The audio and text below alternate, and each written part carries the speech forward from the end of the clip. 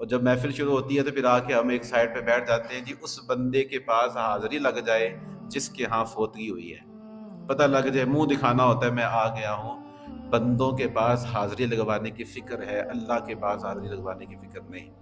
یاد رکھیے گا کوئی بھی ساتھ نہیں جاتا، کہ جاتا کوئی ساتھ؟ جن کی رضا کی خاطر ہم اپنے رب کو ناراض کر رہے ہیں وہ ساتھ جائیں گے؟ انہوں نے قبر میں ساتھ جانا، اب تو قبر پہ بھی کوئی نہیں آتا۔ آپ قبرستان جا کے دیکھیں کتنی قبریں آپ کو لاوارث ملیں گی جن کے اوپر اب مٹی بھی کوئی نہیں ڈالتا۔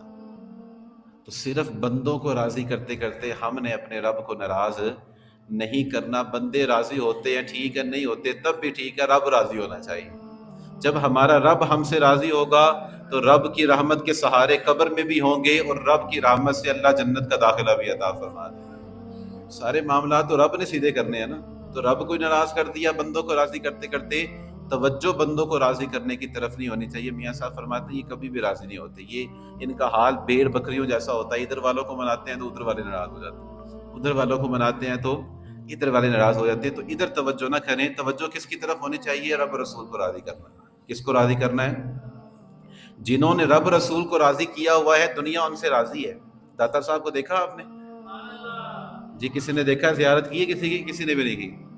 پھر بھی جاتے نہیں قبر پہ، ان کے وسیلے سے دعا کرتے ہیں نا، اللہ ان کے وسیلے سے عطا فرما دے۔ کیوں؟ یہ وہ لوگ تھے جنہوں نے رب رسول کو راضی کیا ہوا ہے۔ آج اللہ نے ساری دنیا راضی کر دی۔ رب رسول کو راضی کریں گے تو انشاءاللہ کرم ہوگا، لیکن ساری توجہ دنیا داری کی طرف کریں گے، بس بندے راضی ہو جائیں، لوگ کیا کہیں گے، لوگ کیا کہیں گے، تو پھر معاملات بگڑ سکتے ہیں۔ نبی پاک صلی اللہ علیہ وسلم کی ایک حدیث ہے، حضور علیہ السلام نے خود بیان فرمائی ہے۔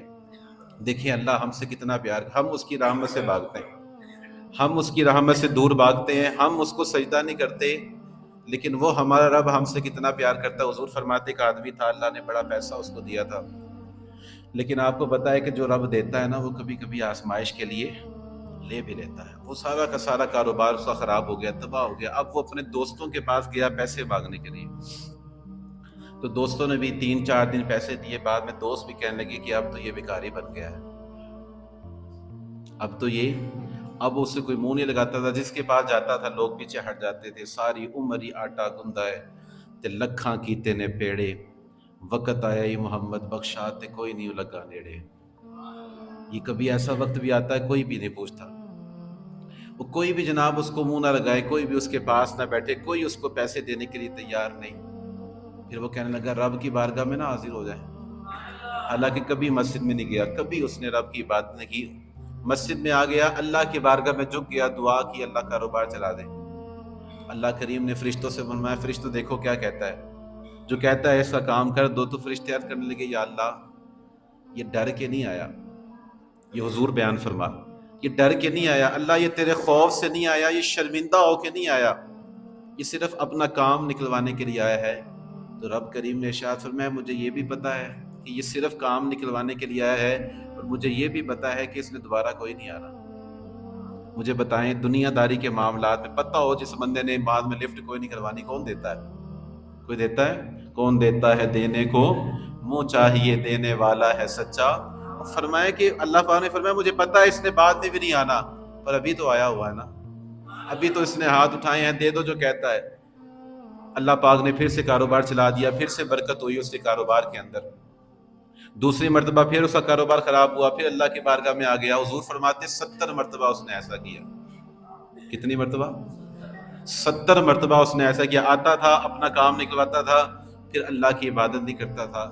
70 مرتبہ ایسا کیا۔ پھر ایک مرتبہ ایسا ہوا رات کو وہ اٹھا اور اب کاروبار اچھا اس کا چل رہا ہے، اب کسی کام سے نہیں، وہ اللہ کے خوف سے مصلی پہ بیٹھا اور کہنے لگا یار تو کتنا برا آدمی ہے، جب بھی جاتا ہے رب کے پاس کام لے کر جاتا ہے، بعد میں اس کی عبادت بھی نہیں کرتا، وہ اللہ کے خوف سے مصلی کے اوپر بیٹھا۔ تو حضور فرماتے ہیں اللہ نے فرشتوں سے فرمایا دیکھو آ گیا ہے نا میرے پاس، اب میرے ڈر سے آیا ہے، اب میرے خوف سے آیا ہے۔ فرشتوں نے عرض کیا یا اللہ پہلے تو اس کو مال عطا فرماتا تھا، اب کیا دے گا؟ اللہ کریم نے فرمایا اب میں اسے دنیا میں عزت عطا فرماؤں گا، اور قیامت والے دن بغیر حساب و کتاب جنت کا داخلہ عطا فرما دوں گا۔